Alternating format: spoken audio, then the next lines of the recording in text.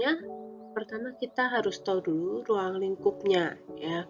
Kesediaan semi solid ini meliputi apa saja, kemudian bagaimana rute administrasinya dan juga bagaimana efeknya. Nah, sediaan semi padat yang kita kenal di kehidupan kita sehari-hari ya memang paling sering ada dalam bentuk sediaan untuk kosmetik ya.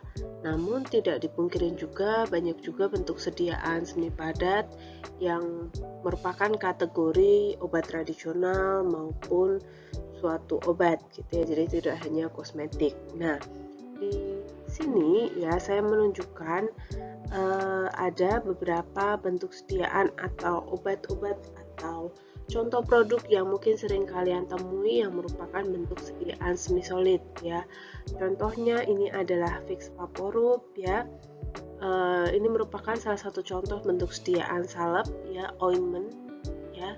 Kemudian yang ini ada contohnya Pond's, ini merupakan contoh bentuk sediaan krim ya. Lalu ada juga dua di sini merupakan bentuk sediaan gel. Vaseline di sini merupakan ointment juga atau unguenta. Ada juga pasta gigi ya. Nah, sebenarnya sediaan semi solid itu yaitu meliputi salep, gel, krim dan juga pasta. Nah, sediaan semi padat itu sendiri sebenarnya dia bisa digunakan melalui beberapa rute pemberian ya. Jadi jangan berpikir sempit bahwa salep atau krim atau gel itu hanya selalu digunakan di kulit aja, enggak ya. Jadi ada banyak sekali rute pemberian dari suatu sediaan semi padat. Contohnya adalah rute pemberian oromukosa. Maksudnya di sini digunakan untuk bagian mukosa mulut ya, biasanya mengatasi sariawan atau peradangan di dalam rongga mulut. Nah, itu kita bisa menggunakan suatu sediaan salep dengan basis yang memang bisa untuk ada di rongga mulut atau jika tertelan tidak masalah ya. Nah, di Indonesia contoh sediaan yang mungkin kalian ketahui ada Kenalog ya, Kenalog in oral base atau contohnya di sini Bufacom in oral base ya. Kemudian untuk penggunaan topikal. Nah, penggunaan topikal ini dia termasuk penggunaan di permukaan kulit, kemudian di kuku dan juga rambut. Kalau kulit saya yakin teman-teman pasti tahu ya. Kalau yang di rambut ini contohnya kalau pakai pomade gitu ya. Kemudian selain oromukosal dan topikal, ada juga rute pemberian melalui vaginal ya. Ini diberikan di mukosa vagina biasanya. Pemberian salep ini ya dibantu dengan aplikator tertentu ya, tidak hanya kita oleskan langsung menggunakan tangan. Kemudian ada juga penggunaan secara optalmik ya, salep yang diperuntukkan memang untuk mata. Nah, dalam hal salep ini optalmik, ya dia digunakan untuk mata, maka dia juga harus memenuhi syarat dari sediaan steril ya. Ingat karena penggunaan di area mata itu harus dengan sediaan yang steril supaya tidak mengiritasi mata, supaya tidak menyebabkan infeksi pada mata. Kemudian ada juga rute pemberian rektal. Nah, rute rektal ini juga sebenarnya mirip kayak kalau teman-teman tahu Microlax gitu ya. Nah, ini contohnya ada gel rektal ya berisi diazepam. Nah, ini biasanya untuk mengatasi gejala kejang-kejang juga bisa ya, karena kalau ada yang kejang itu kan sulit untuk diberikan obat secara peroral atau kadang secara parenteral. Jadi yang paling mudah adalah dengan rektal.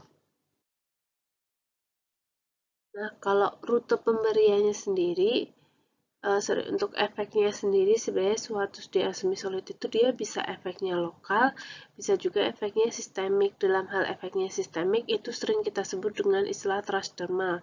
Jadi misalnya kita buat dalam bentuk gel itu, gel dioleskan di kulit itu dia bisa jadi efeknya lokal, bisa jadi efeknya sistemik.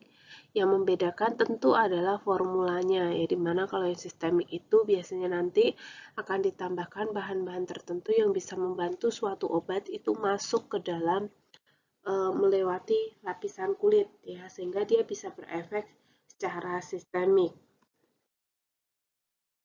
Nah, yang pertama kita kenali dulu bentuk sediaan salep ya. Nah, salep sendiri merupakan bentuk sediaan semi padat ya, yang memang dia digunakan untuk pemakaian eksternal atau untuk pemakaian luar dari badan ya, atau digunakan pada membran mukosa. Nah, salep ini ya, dia bisa berisi bahan aktif kalau itu obat, atau bisa juga dia berisi bahan bermanfaat, terutama kalau itu untuk kosmetik-kosmetik seperti itu, dan juga bisa juga dia merupakan placebo. Dalam hal ini, dia sebenarnya tidak ada bahan aktif apapun, tapi hanya basis saja, di mana basis itu juga bisa memberikan manfaat bagi penggunanya. Contohnya kalau teman-teman ada yang menggunakan Vaseline ya, Vaseline yang petroleum gel, nah itu dia sebenarnya merupakan basis salepnya aja, dia cuma base-nya aja ya. Dia placebo, nggak ada bahan aktifnya, tapi biasanya itu digunakan karena memberikan efek oklusif atau melembabkan ya. Jadi bisa juga demikian tanpa bahan aktif atau bahan bermanfaat. Nah, berdasarkan farmakope, itu sebenarnya kalau kita ngomong salep, itu ada 4 jenis salep ya. Ada 4 jenis basis salep ya. Yang pertama adalah basis berlemak atau hidrokarbon. Ya, ini contohnya. Kemudian ada basis salep serap atau absorpsi. Lalu ada juga basis tercucikan air. Dan yang terakhir ada juga basis larut air ya. Teman-teman bisa cek di farmakope edisi 6. Bedanya masing-masing apa? Nah, untuk basis berlemak, ya, ini sering juga disebut dengan basis hidrokarbon. Basis hidrokarbon ini kelebihannya dia memiliki efek emulien. Ya. Ini ada efek emulien. Jadi sebenarnya kalau sediaan semi padat itu kita bisa mendapatkan beberapa manfaat tambahan, yaitu terkait dengan kemampuannya untuk melembabkan kulit. Ya. Nah, kemampuan suatu sediaan semi padat untuk melembabkan kulit itu ada beberapa mekanisme. Dua di antaranya ada dengan emulien dan juga dengan oklusif. Ya, sebenarnya ada satu lagi namanya humektan. Nah, kalau dia sebagai oklusif itu dia memberikan lapisan tipis pada kulit ya, lapisan tipis pada kulit sehingga dia mencegah, jadi membentuk lapisan film gitu di permukaan kulit sehingga mencegah kelembaban dari kulit itu keluar.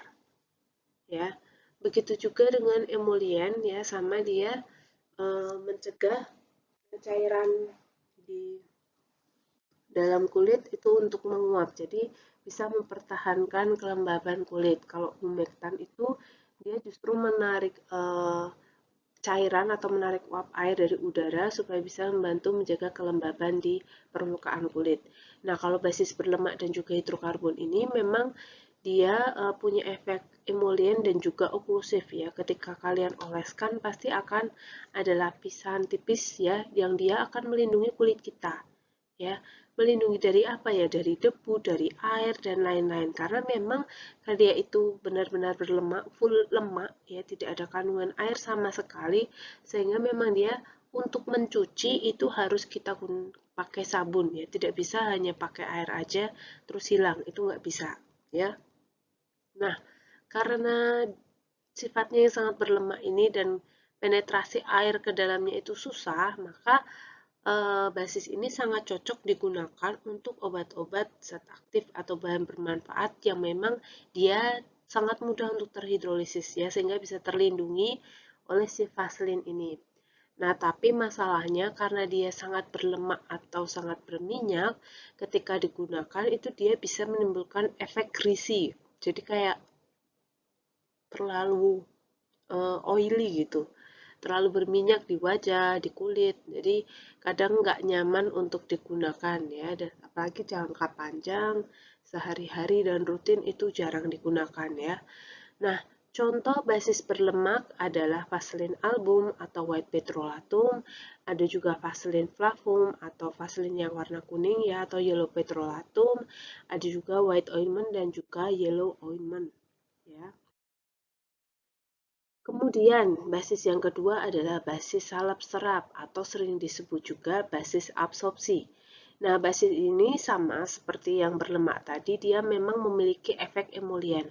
Kalau yang basis berlemak atau hidrokarbon tadi, dia kan benar-benar murni lemak. Nah, kalau yang salep serap ini, dia sebenarnya juga lemak, ya, komponen terbesarnya lemak. Tetapi, lemaknya di sini dia punya sifat juga untuk mampu berinteraksi dengan air, mampu menarik air dengan jumlah yang terbatas ya. Nah, ini bisa memberikan efek kemudahan dalam aplikasi atau kenyamanan dalam penggunaan dibandingkan dengan vaselin yang efek greasy-nya itu sangat terasa. Nah, beberapa contoh basis salep serap yang digunakan adalah sera album atau sera flava, kemudian ada adepslane, ada juga lanolin, yaitu untuk basis-basis salep serap, di mana ketiga basis tersebut dia bisa menarik air dalam jumlah yang cukup terbatas ya. Kemudian ada juga basis yang tercucikan air. Nah, kalau basis yang tercucikan air ini sebenarnya dia dikategorikan sebagai bentuk sediaan krim. Kenapa? Karena krim di situ kan merupakan sistem emulsi ya, di mana ada komponen air dan juga minyak sehingga dia relatif mudah dicuci ya dibandingkan dengan yang hidrokarbon maupun yang salep serap karena yang dua itu kandungan lemaknya kan tinggi. Kalau ini cuma sedikit ya dan uh, kalau akan dicuci pakai air itu bisa dengan mudah hilang ya, namun tetap harus digosok ya supaya tetap hilang. Nah, karena dia ada komponen airnya sehingga memang daya oklusifnya akan jauh lebih rendah dibandingkan yang salep serap dan juga salep hidrokarbon. Nah, contoh basisnya berupa krim dan juga salep hidrofilik ya. Kemudian jenis basis yang terakhir adalah basis larut air. Nah, basis larut air ini tentu dia memiliki daya oklusif yang sangat rendah ya karena kandungan airnya juga pasti akan cepat menguap karena dia tidak memberikan lapisan tipis ya. Nah,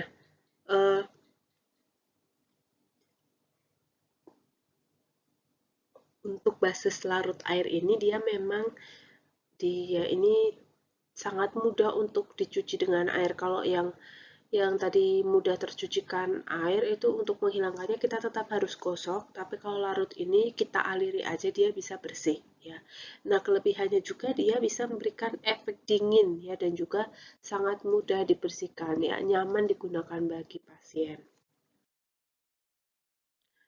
Nah, setelah kita tahu beberapa jenis basis tadi, ya sebenarnya pertimbangan pemilihan basis itu berdasarkan apa? Kapan saya pakai yang serap, kapan saya pakai hidrokarbon. Nah, itu sebenarnya bergantung pada 7 hal ini, ya.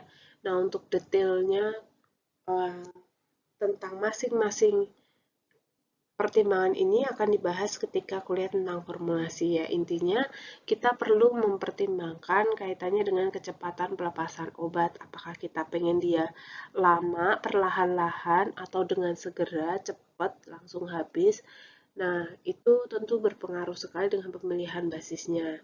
Kemudian, bagaimana absorpsi yang diinginkan? Apakah dia benar-benar akan ditujukan untuk transdermal dalam artian masuk sampai ke pembuluh darah dan berefek sistemik atau tidak, dia misalnya hanya di permukaan saja ya, mengobati di permukaan sehingga tidak perlu absorpsi. Kemudian bagaimana daya oklusi yang diinginkan. Nah, ini terutama menjadi awareness kalau kita bikin kosmetik gitu ya. Kita mau pakai yang minyak dalam air atau air dalam minyak. Nah, itu kan tergantung pada penggunaannya ya. Semakin banyak basis airnya maka dia semakin mudah hilang. Jadi kalau misalnya kita pakai alas bedak gitu ya, foundation, kita pakai foundation yang air di dalam minyak ya, itu pasti sangat sulit untuk aplikasinya karena viskositasnya sangat tinggi ya. Selain itu karena dia air di dalam minyak, dia nggak cocok untuk kulit yang kering ya. Jadi harus hati-hati. Nah, tapi kalau kita pakai yang minyak di dalam air itu juga harus hati-hati, bisa jadi ketika kita berkeringat maka foundation atau setiaknya itu juga bisa luntur setelah diaplikasikan. Kemudian terkait tempat aplikasinya, kita mau aplikasi di mana ya, karena tentu nggak bisa sembarangan bentuk sediaan bisa diaplikasikan ke semua rute. Contohnya untuk area mata itu biasanya memang hanya salep-salep yang hidrokarbon ya. Kemudian terkait dengan kemudahan penghilangannya, kita mau yang lebih mudah dicuci atau yang tidak. Nah, itu tentu sangat bisa mempengaruhi pemilihan basisnya. Kemudian efek obat yang kita inginkan seperti apa, dan terakhir tentang stabilitas obat. Nah, mungkin sekian dulu pendahuluan untuk sediaan yang semi padat ya.